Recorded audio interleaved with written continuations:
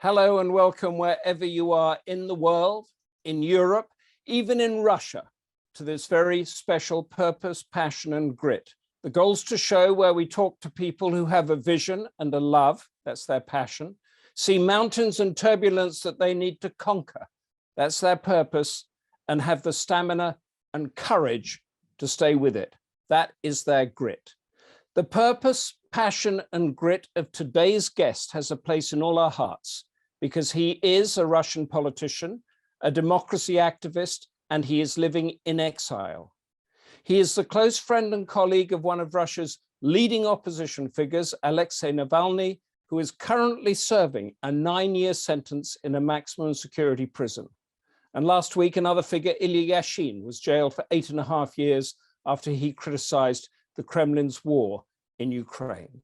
What is happening to Russia? And how will those fighting it ultimately prevail? My guest was raised in a comparative utopia, I suppose, a family of academics and Soviet Jewish intelligentsia. And as a young man, he became a local councillor or a deputy in his local city in Western Russia. These were better days when Russia and the West were more friendly, and with colleagues, he pioneered political campaigning through the internet, live streaming and getting messages through to the grassroots. And then the iron fist of Vladimir Putin's Russia came crashing down.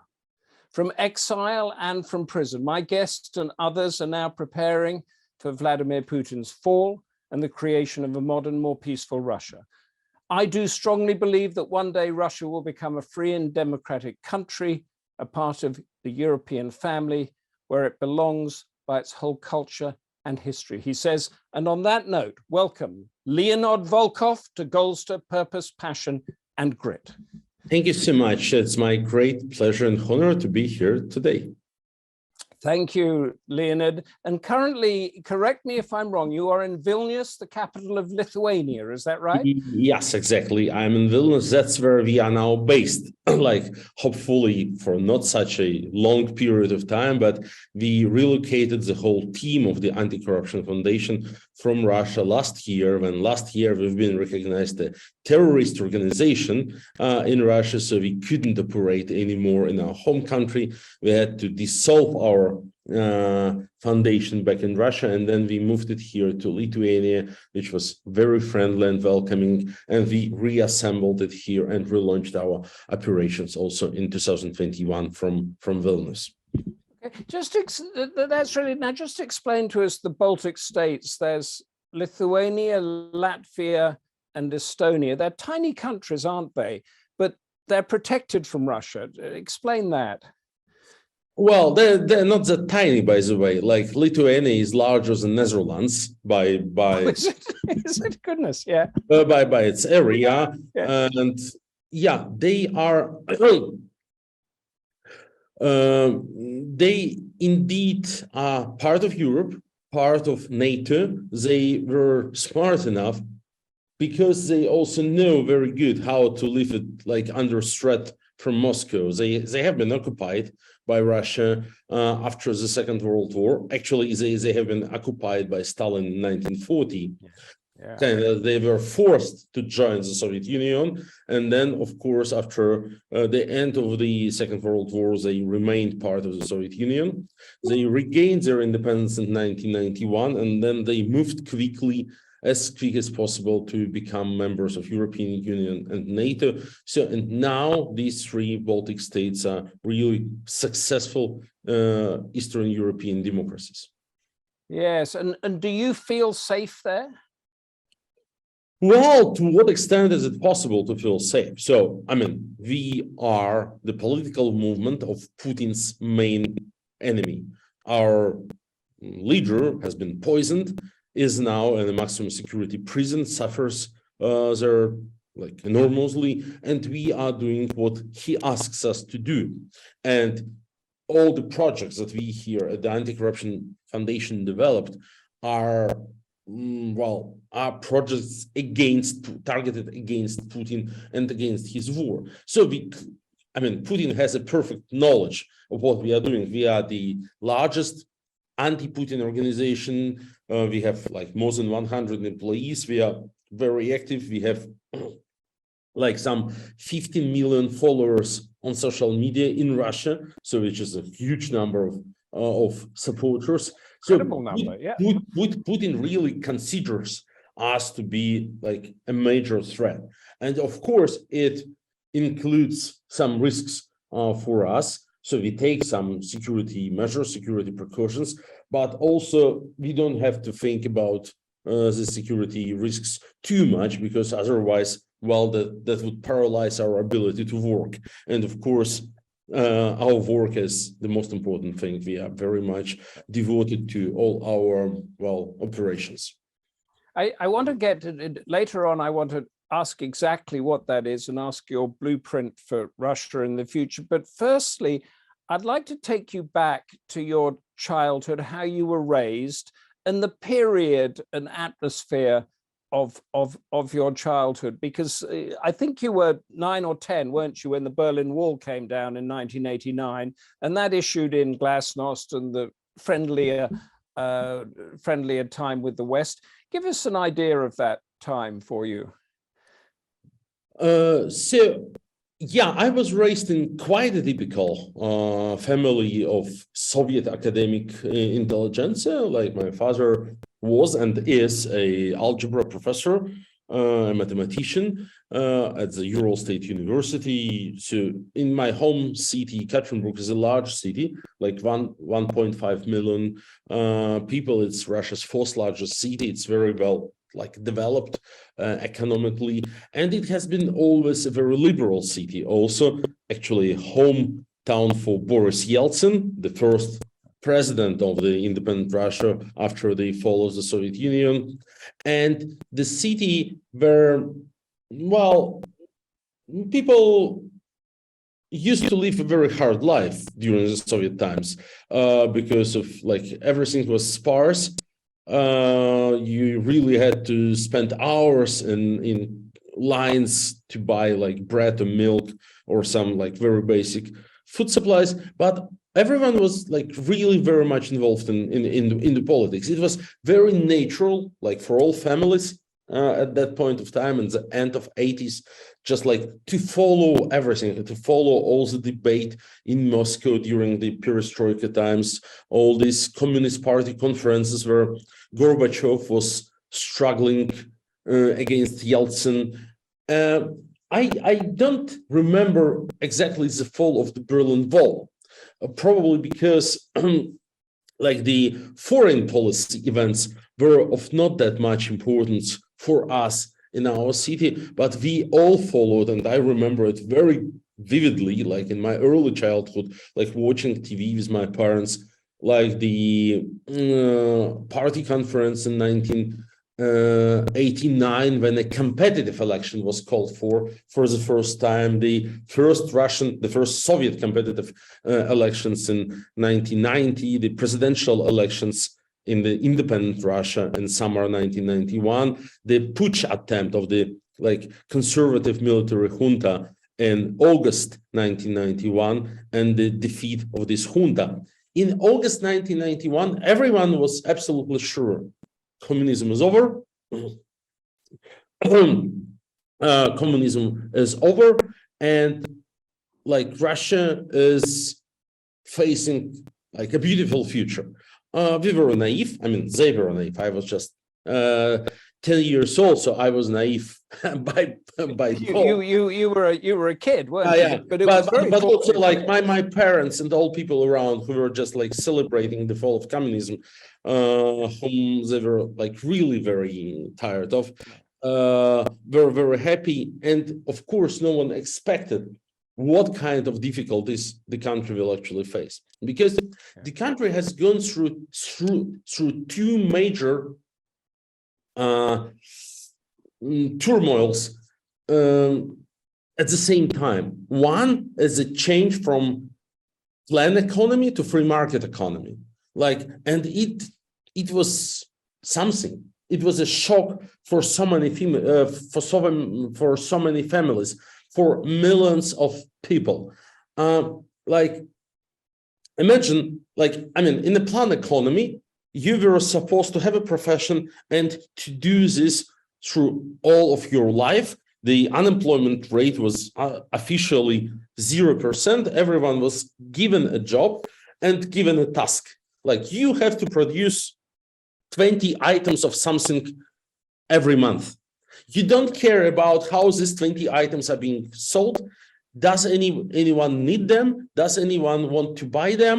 And if in the next village there might be a similar factory where a factory worker just like you has a monthly plan to dismantle those 20 items. So in that situation that you were grown up with, we have a question in from Alla Giorgio, forgive me, Alla, if I'm pronouncing that wrong. Your first question about Navalny, I'll wait for a bit, but free flat, this is a question, free flats, houses, best free medicine and free education. Was it a hard life? It looks like Alla never lived in a communist country and never used to live in the Soviet Union. So first of all, nothing is free. Everything was, everything was paid by taxpayers' money. So at the end of the day, like nothing is free. The quality of life was very bad. This so-called free flats were like tiny and like really mediocre, and the so-called free medicine was of very bad quality, and we can judge by objective criteria such as the quality of the medicine was not great. So like you can judge by objective criteria, like life duration, life expectancy, or something like this, or like the statistics on different health issues. And so on. But at the end of the day, even like if you would like the like a system of education or a system of healthcare in Russia, well, I can't smile reading about the best in the world Russian medicine. Well, the thing is, it's Russian medicine. It's really not the best because, like, well, even now the life expectancy for men is 68 years. It's not good. And I'm not sure what their COVID vaccine was like, but I just want to say to our audience, but the thing is that first of all, like if you spend just like 2 hours in the morning as a small child being sent to shop to buy bread, you don't really care about the like quality of healthcare or education. Yeah. But I just want to say to everybody, ask questions to Leonid. He told me before we went live that he's a politician and he will answer anything. So you can challenge him, and well, I'll feed it into him if it's.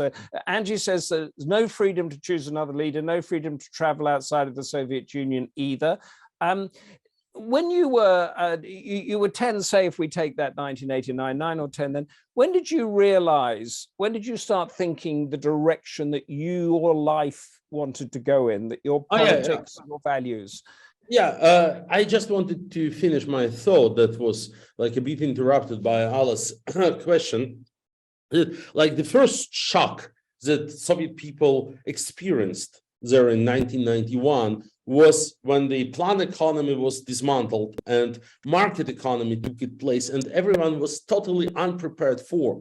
Like in Soviet Union, like money existed, like Soviet rubles, but the concept of that money, its value was absolutely different. People didn't know anything about how banks work, how stock exchanges work, what is it to be an entrepreneur, how do you do like marketing or something like this, because all of this was not necessary in the planned economy. And also the second huge turmoil was that the authoritarian political regime was replaced by a competitive democracy.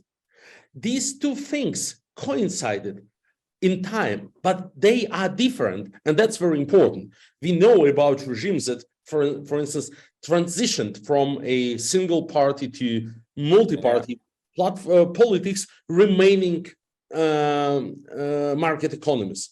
And how old were you, or give me an idea of if you're there in your sort of city thinking about this, you're an adolescent. how did it percolate? What were you discussing with your friends at the time? Yeah, well, I was more discussing it with my parents and their friends, but also at school. At school, we discussed it a lot. So just let me let me finish it very briefly. This very important idea, because I really believe it's very important for the definition of Putinism and where we are now in Russia. The idea is that these two shocks, both of them very severe, coincided in time, and Putin used it. Like the early 90s were a very challenging time in terms of quality of life and economy, because millions of people lost everything. Their jobs were obsolete in the market economy, just didn't make any sense to exist, and they ceased to exist. So people had to adopt to an entirely different life with entirely different economies they were not used for. So did your parents find it difficult? Yes, of course, everyone found salaries were not paid for many months, all the payments were delayed. The market really was a very wild one. I mean, people were just exchanging things for each other because no one had currency or something like this, and so on. So this economic shock, which also Allah refers to, coincided with a political shock of a different nature, of collapse of the Soviet Union, which economy was, of course, totally unfit for the 20th century and for the 21st century, and Putin weaponized it very wisely. That's still Putin's main selling point to the people. You recall how difficult was life in the 90s. That's because of democracy. That's because of political competition. You don't need to have democracy anymore. You don't need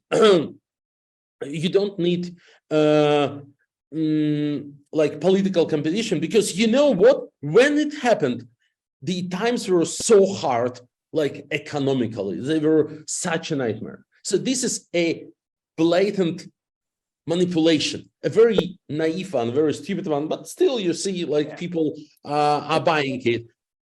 Just because people were not able to differentiate these two very different things. Good news. These two things that we found out that how long it takes to make it work and how difficult they are to match. But you ran for office. That's what we called. You became what we call here in Britain a local councillor. Why did you do that, and how did that? What made you think you wanted to go on this path and not become an engineer or an academic or something like that? So we discussed we discussed the 90s and my childhood when I was 10 years old or 12 years old, when the Soviet Union collapsed, and then there was this 90s when my parents, as many other families, just struggled to survive, and then life became quite normal by the end of 90s, with oil prices going up and then salaries being paid. And then everyone got used to market economy, and everyone started to find ways to make money. I was a university student, and I applied for a local software company, and I started my career as a software developer back in 1998. And I spent 12 years. I spent 12 years working in the IT industry, but from my childhood, I kept a lot of interest in politics. And this is very typical. I discussed it many times with Alexei Navalny as well, and with many other friends. The generation born between 1975 and 1982, which we belong to, we are the generation whose childhood was extremely politicized, and we continued to follow politics afterwards. Then let's zoom to 2008. So I am a vice president of a huge software company, a senior vice president. About 1,500 people report to me and I Big run. company. It's a big company, and Russia's fourth or fifth largest software company, and I earn a lot of money, and we run very successful projects. We do some very innovative solutions for small businesses like Russian TurboTax plus Russian Intuit. And my company, where I'm also a shareholder, is also a major taxpayer in my city. And well, then because I'm politically involved, I started asking questions like, okay, how are my taxes spent? So my company is paying those taxes. I don't like how my city looks like. So maybe they should be used more wisely. And some of my friends, really randomly, tells me, okay, there is an election to city council soon. Why don't you actually run? Why don't you go into local politics? It was in fall 2008, and I still don't know if I should say thank you to that friend of mine, or I should say he ruined my life. Yeah, because you chose the political path when you could have become Elon Musk. Well, hopefully not Elon Musk, but yeah, or Jeff Bezos or something. By all measures, I used to have a very successful career in IT. My shares were worth several $1 million, and the company was very successful at all. So, but yeah, I decided I want to try it, and once again, as we discussed, it was quite typical for my generation to be interested in politics and to try our ways to try. Sorry to interrupt, but when you were thinking of going, or when you were running for politics and you made that decision, how much were you drawing from the Western democratic vision, as it were, and how much were you drawing from your own internal thoughts of what Russia should be?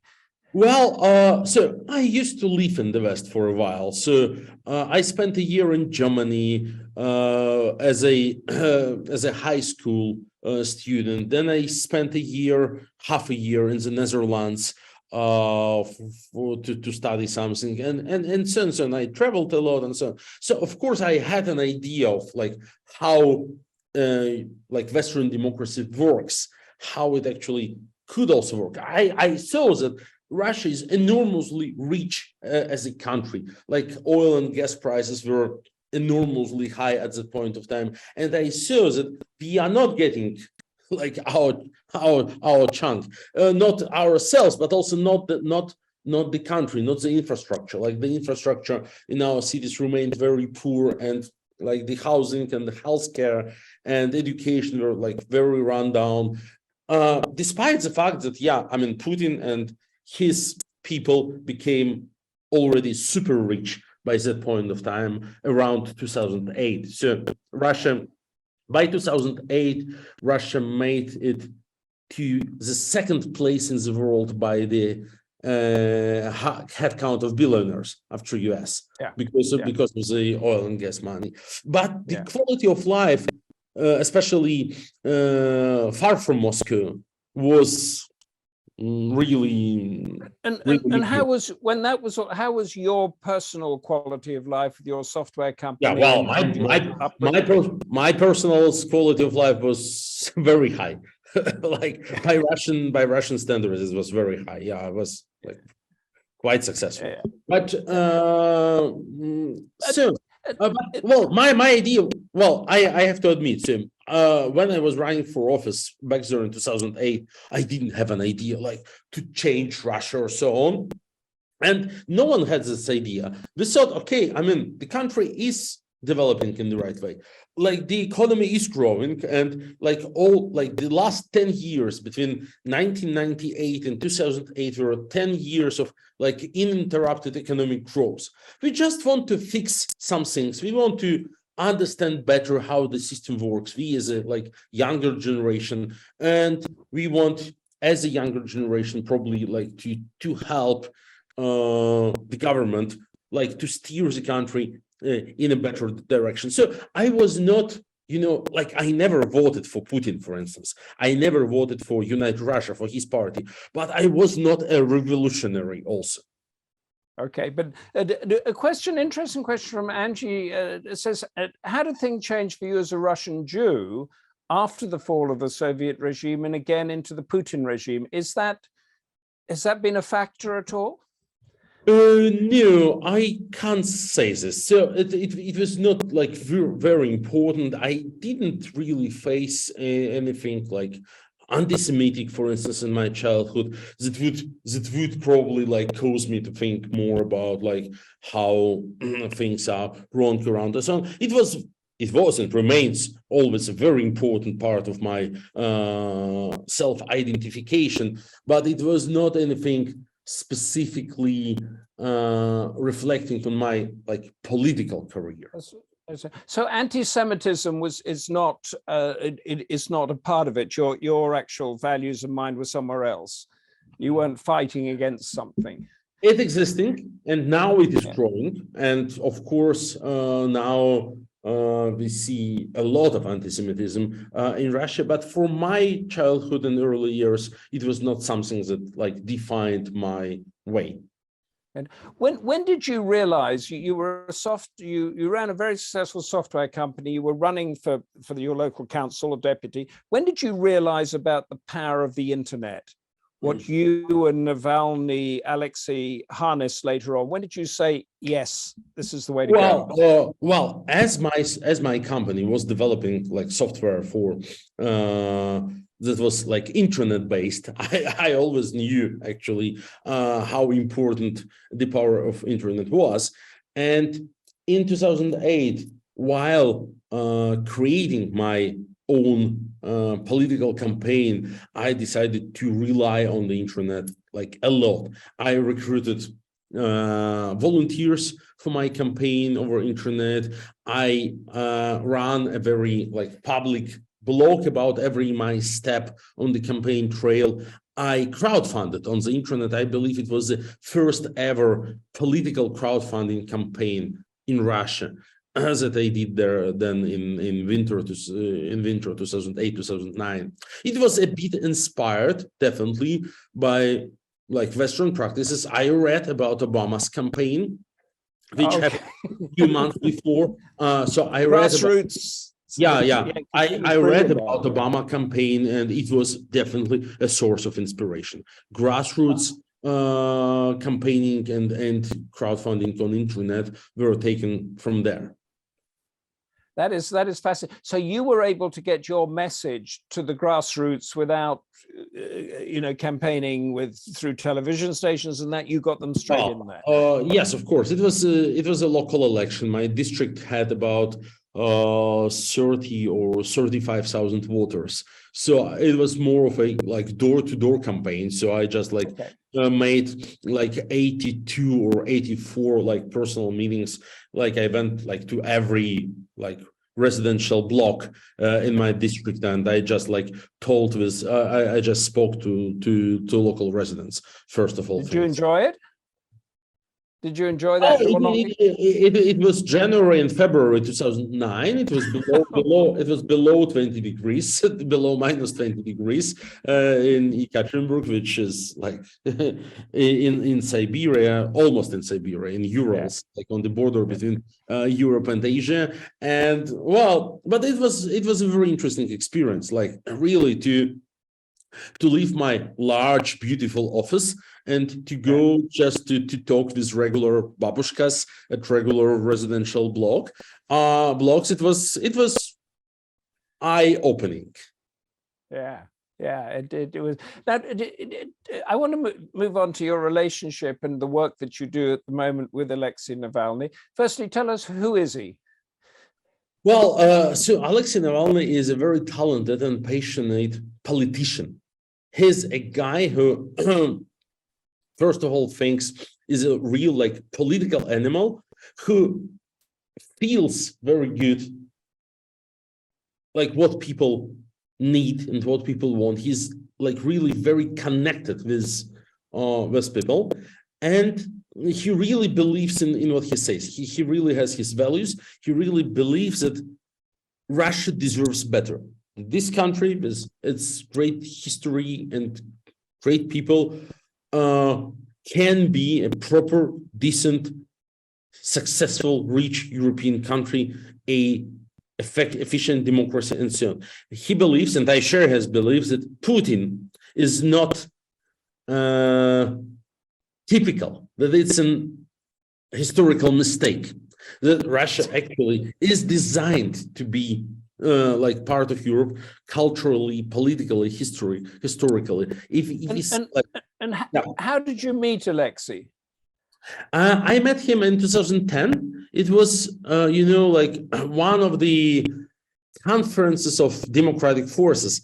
When I got elected to city council of Yekaterinburg, which was and is Russia's fourth largest city, suddenly I found myself in a very funny position. Putin already destroyed democratic opposition by that point of time. Like, democratic opposition was not present in the State Duma, so in the federal parliament. Neither it was present in regional parliaments.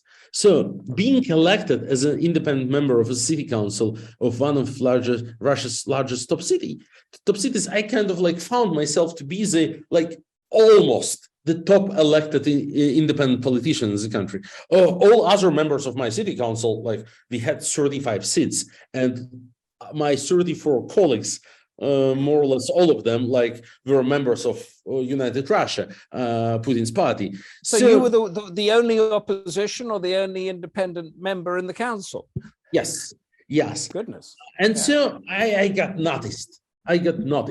And so when, like, Democrats and liberals wanted to talk about, like, okay, how do we want to resist the regime? What could we do?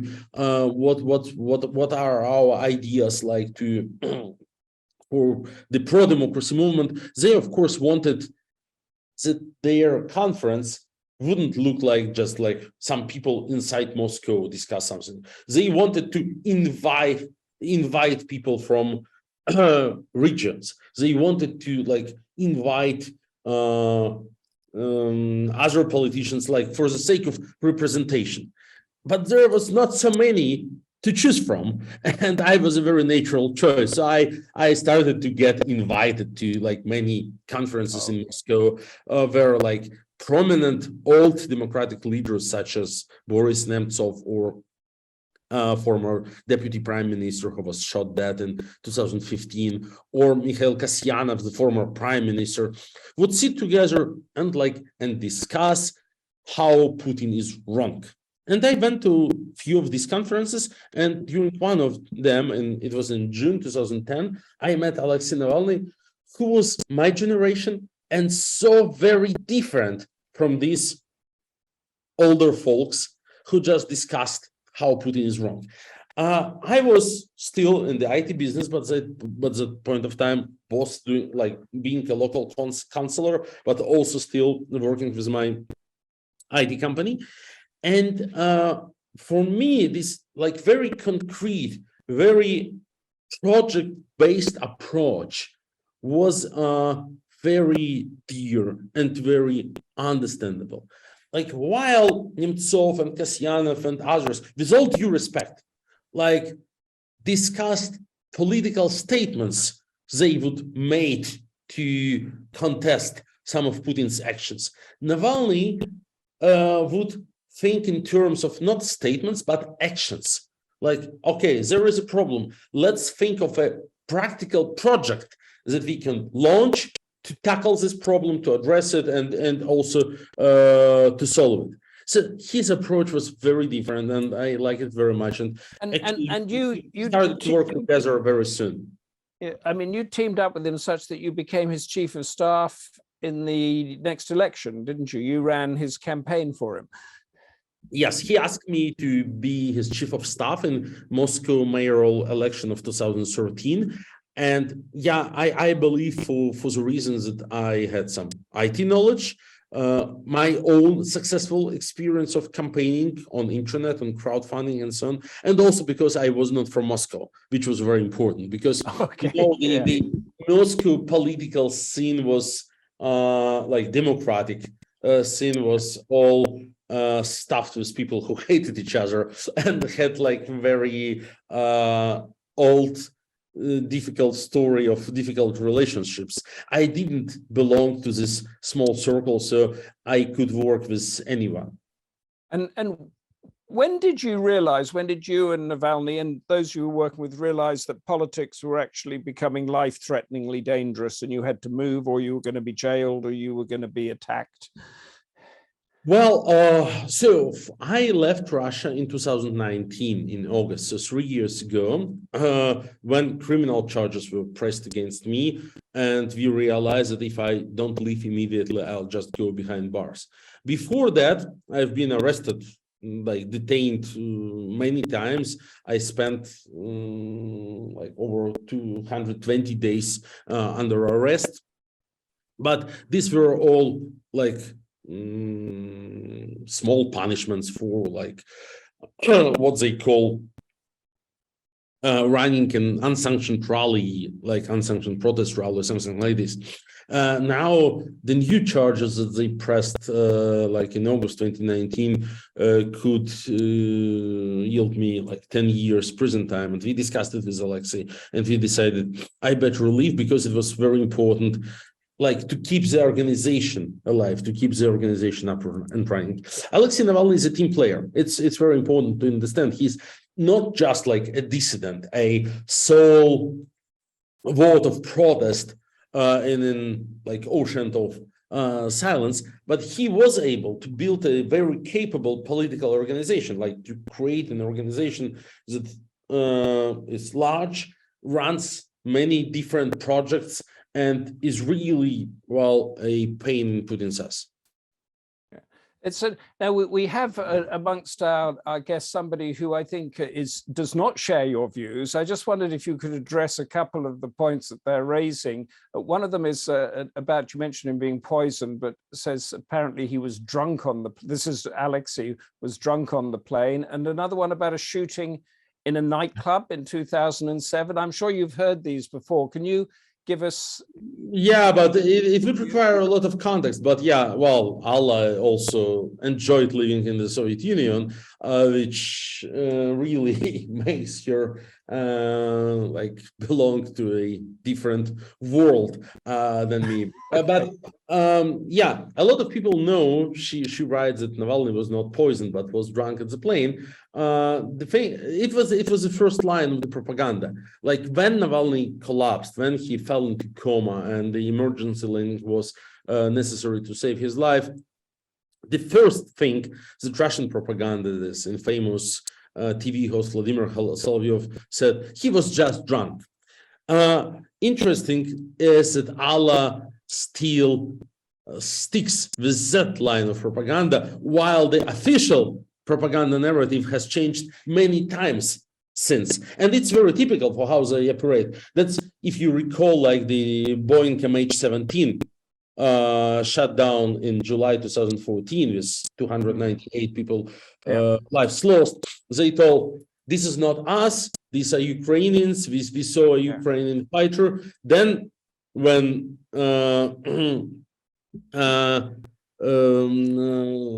satellite images arrived, they told, the evidence came through, didn't it? No, it is not a fighter, it is a book missile, but it is not our book missile, this is like Ukrainian book missile, etc., etc., etc. They always, like they try to increase the level of white noise. They don't care that their narratives contradict each other. They don't care that their messages are so many different. But it's very important to give an impression, just a second, that everything is so unclear, like really covered by a fog. So after that propaganda said Navalny was drunk at the plane, after medical analysis arrived showing that he is actually poisoned, they said, okay, he poisoned himself. That is what Putin said famously in his press conference. And then when it was revealed that a squad of FSB poisoners went after him during the last 3 years of his trips through the regions, Putin also said, and Lavrov, the Russian foreign minister, said, Germans poisoned him on the plane. So the thing is that according to official version of Russian propaganda, Alexei Navalny was never poisoned, but he poisoned himself, but Germans poisoned him on the plane. And that's how Russian propaganda operates. They don't care about inconsistency of their versions, but they know that some of their versions would probably stick with someone, so that it happened with Alla and her line that Alla was drunk on the plane. We've got the two different things. Alla, I hope you're a little bit happy with that answer. We engaged with your question, but Angie mentions talking about poison, and when we met in Vilnius in April, I don't know if you were joking or not, you insisted that you wiped my coffee glass of water that I was having in case it had Novichok on it. It was a joke, of course. And my point that I wanted to make is exactly that, I don't want to care too much about possible attacks, because frankly, there is no proper way to defend yourself against such types of attacks. Really, if they really want to do it, they probably will get to you. But thinking about it all the time, trying to thinking 24/7 that, okay, this item may be poisoned, on this doorknob may be poisoned, and so on, would just paralyze your will and would actually make your work impossible or obsolete. This is a gift that we won't give to Putin. It's that is fascinating. I wanted to actually talk about your blueprint for a future Russia. You have been, I'm not sure if you still are, liaising with Alexei Navalny from his jail cell. Can you explain how that to and fro works or works? Actually, almost not anymore, because the connections between Alexei and the outer world are now being cut. So he was officially deprived of his client attorney privilege, and he's the only one prisoner in Russia who doesn't enjoy this client attorney privilege. So his attorneys are not allowed to exchange any documentation with him anymore in private. All communication we have now is only through official mail, which is censored. And the censors are allowed just to, erase everything they don't like. So our communication is really very, very extremely limited now. And things actually went worse when Alexei published his Washington Post op-ed a few months ago, where he presented his ideas about post-Putin Russia, about how a democratic Russia should look and should work. So it looks like the mere discussion of the post-Putin Russia is something so painful for President Putin that he ordered just really to cut any Alexei's communication to the outer world. Can you outline that? Well, firstly, before you outline that vision for Russia, what are his conditions in prison like? Do you have any idea? Yes, of course, we know it very good. His conditions are enormously bad now. He's now being held in a solitary confinement in a punishment cell. It is 2.5 by 3.5 meters large or small. It has just a hole in the floor, a chair, a small table, and a foldable bed. And the bed is folded against the wall between 5 a.m. and 9 p.m. So he can rest only for 8 hours in the night. It is definitely a torture condition, by definition of torture condition. But that's where he's now. That's how they're trying to break his will. He's not breaking though, and still, despite the very limited ways of communication, he maintains contact with us, with his team. He uses every of his days in court as an opportunity to speak out loud against Putin and against the war.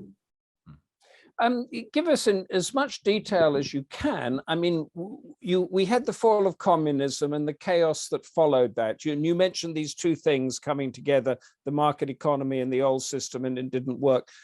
If Putin disappears tomorrow, what plans do you have to bring Russia into what you want it to be, a modern, European state? This is my point. This is very, very important. So Putin, for many years, uses narrative of stability to silence his opponents and to get like public support. Like, I am the only one who can ensure your stability. I am the only one who saved you from the nightmares of the 90s. And without me, Russia will be turbulent once again, and this 90s will repeat. This is the narrative that he was able to sell to many of his supporters in Russia, and also to Allah in our chat window. And this is wrong. This is the point I was trying to make. When Putin is removed, or when he dies, and we are able to re-establish political competition and rule of law, independent courts, and free and fair elections, in terms of economy, nothing bad will happen. Contrary, as Russian people are now experienced with entrepreneurship, with private business, with free market, with how to produce something that is of market value, and how to sell it, and how to invest, and how to build. And Russia has actually revealed enormous technological and entrepreneurial talent within the last 30 years. Russia will flourish. But how will you get the military, the intelligence services, the Kremlin, all of those institutions that over the past 20 years have loyally supported Vladimir Putin and his operation? How will you get them on side? Look, they are very not homogeneous. They are very different. Putin's system operates due to the fact that his many lieutenants really hate each other and compete against each other. So that's the reason why they actually need Vladimir Putin as their like supreme arbiter for all their conflicts. When he is gone, there will be enormous level of political turbulence, but this will also be a window of opportunities for us, for democratic opposition, for all supporters, and so on. Putin doesn't have a successor. Putin isn't allowed to have a successor by design of his system, because should he appoint a successor, he would become a lame duck at the same moment. Every one of his lieutenants will run to leak successor's shoes, just as it happened in Kazakhstan very recently. So when Putin is gone, the system will become unstable. But for democratic forces, this will present an enormous opportunity. Maybe I have to answer a few questions from chat, because there are now very good questions. Oh no, I just want to finish this. Then I'm going to feed you the chat, the chat thing. So I mean, how would you avoid? Let's put it another way. One of the problems that has arisen is the West being or Russia during those early years being too compliant with the West, and too much Western ideology being imported into Russia. How would you avoid that? How would you strike that balance? With all due respect, I don't agree. After the fall of the Soviet Union, Russia was too much left on its own. So the West looked to believe that after the Soviet Union was defeated in the Cold War, and after like democracy was installed in Russia, that will be enough, and like democratic institutions will develop themselves, and like and it market became a economy, mafia state. will develop itself. No, it was not enough. It was not sufficient. Not much investment was made into institutional reforms, into helping Russia to develop a successful, competitive liberal democracy. And not only Russia, like most of the post-Soviet states, with the exception of Baltic states, actually suffered from very similar problems. Many of them became dictatorships or were very unstable. So and you're confident, are you, that you could push, that you could make it work, you could get the balances and the timing right this time? Of course, just because now we are much better experienced, and also as a point that I was trying to make, now we will not have to deal with two major perestroikas at the same point of time. Right, so you just have one thing instead of the two competing elements that you said before. Yes, let us go now to the things, because we are running out of time. Let me just think. Lilette says she'd be scared of falling off a building, not the poison. Lilette, do you think Putin would press the nuclear button? Well, frankly, Ukraine, I guess? Thank you for this question, but frankly, we don't know. And so we have to disregard this threat. He is crazy enough. He is desperate enough. He knows he loses the war, so he might think of whatever solutions. But it can't be influenced from abroad. There is nothing we can do to impact the probability of him pushing or not pushing that button. There is no way that we could allow ourselves into some type of negotiation or appeasement. Like, okay, dear Mr. Putin, don't push the button. We will yield you this, and this. We don't have to let him to use nuclear threat as a leverage, because if we let him, we lose, because there is no counter argument for this. This is the ultimate argument. Give me Kiev or I'll nuke you. Give me Warsaw or I'll nuke you. Give me London or I'll nuke you. If we allow this argument to sit with us at the table, we've lost. So intellectual hygiene requires us just to disregard this. I realize it's a bit challenging, but we have to do it. Okay, and Andrew's got a very interesting question here. Is if you and Navalny and your colleagues form a future administration, would you compensate the harm that's been inflicted upon Ukraine?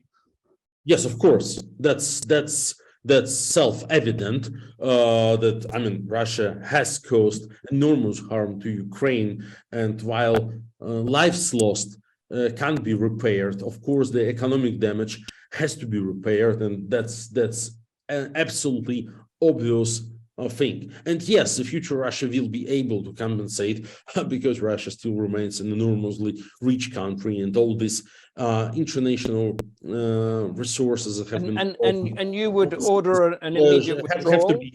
have to be used for this. Sorry. Sorry, two things. Is that I presume you would order an immediate withdrawal, but would you be happy for Ukraine to join NATO? I mean, I don't care. That is the decisions that Ukraine and NATO countries have to make. But we have to be reminded that when Putin ran for re-election for the first time in 2004, it was Putin who was running for re-election and having on his program EU membership and NATO membership for Russia. That's one very quick question, and then I'm going to have to let you go because I know you've got a meeting to go to, so we're going to end 5 minutes early. Angie, tell us about the Society for the Protection of the Internet. Are the hackers managing to keep one step ahead? Well, the Internet Protection Society is my side project, a pet project, where I still try to stay up to date with the IT things. As a former IT professional, I have to admit it, a former one. With a few friends of mine, we try to develop tools to resist internet censorship developed in Russia. It is not always not successful, and actually, well, internet remains still, well, not anymore a safe haven for free speech in Russia, but still, internet remains a platform where independent political opinions and ideas can be distributed. Also because of some technical things that we are doing, also because of political campaigning. We are educating people how to install and use VPNs. We are educating people how to use cryptocurrencies. We educate people how to avoid Russian censorship and blacklists and so on. So I think it's quite an important job that we are doing. But of course, well, it's not my day job. I don't have too much time to spend on it. This is better. This is the modern weapon against dictatorship. Before you go, get 30 seconds, give us your last thought about your work and the future of Russia. Thank you so much, Humphrey, for this opportunity. I actually still have almost 4 minutes. I have to give the promos, so you have 3 minutes. Off you go. Sure. So thank you so much. Thank you so much for this invitation. And I have to say that, well, optimism is a job requirement, of course, for us here at the Anti-Corruption Foundation. Otherwise, we wouldn't be able to do what we are doing. But I want you, dear friends, to share this optimism. Russia, the post-Soviet Russia, has managed to overcome the most important struggle, the most important transition from a planned economy to market economy. Now, this is the second wave of transition. We have to leave the authoritarianism behind. Yes, it's complicated. It's a bloody mess that Putin created. And of course, the lives lost will not be repaired. But everything else that is in our capacity, we will repair. The damages, and everything. And Russia can work as a successful democracy, prosperous, and not being a threat to its neighbors, a proper European country. Russia deserves it. Russian people can work, can live in such an environment, and we will be able to prove that Putin was just a historical mistake.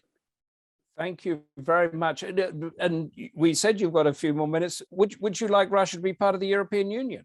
Yes, of course. I mean, I personally would like it very much. But then, of course, once again, it's for Russian citizens and European citizens to decide. Yes. Leonid Volkov, thank you so much for being with us. You have to run now, but it's been a real pleasure. We've got a last message in. Angie, thank you for your immense courage and energy. That is the ingredients of purpose, passion, and grit, which is what this show is about. And please come back with more updates. When should we expect the next update from you and Navalny and everybody? Thank you, Angie. Thank you, Humphrey. The pleasure is all mine. Well, follow the news. It's all in the news. Hopefully, we'll also hear some very positive updates soon.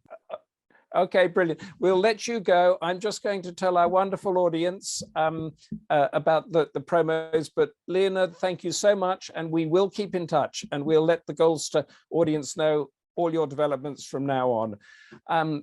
And now, lovely people we have coming up. Now, this is given our fantastic conversation that we had just now with Leonid, we have on Thursday, December the 15th, Lucinda is with Mark Aldridge with his book, Hercule Poirot, the greatest detective in the world. Mark was due to join us in September during the Agatha Christie theme month, but I think he got COVID or something and it didn't happen, but he's with us this week. And then on Friday, I'm with Alex Shaw, a best-selling thriller writer, and his latest is based on conflict zones in eastern Ukraine. So we're going to be talking about, do readers want their fiction to go behind the headlines, or do they want to read something that avoids the headlines? And then on Thursday, December the 22nd, I am back, for those of you who might remember last year, with Sir Muir Gray, the Goldster superstar, and the fantastic author of two hilarious and insightful books, aptly named Sod 60 and Sod 70. I had one of them here, but I can't put my finger on it at the moment. And I think this is an in-person live event. So Muir and myself will be together at Riverstone in Kensington, and it'll also, of course, be streamed all over the world. Friday, December 23rd, Lucinda is with Jeremy Seal. And this does look good. Nicholas, the epic journey from saint to Santa Claus. St. Nicholas is one of our most influential saints. And then December 29th, I am with the ebullient and avuncular chair of the Crime Writers Association, Maxine Jakubowski, who works, his works include The Return of Sherlock Holmes and The Mammoth Book of Erotica.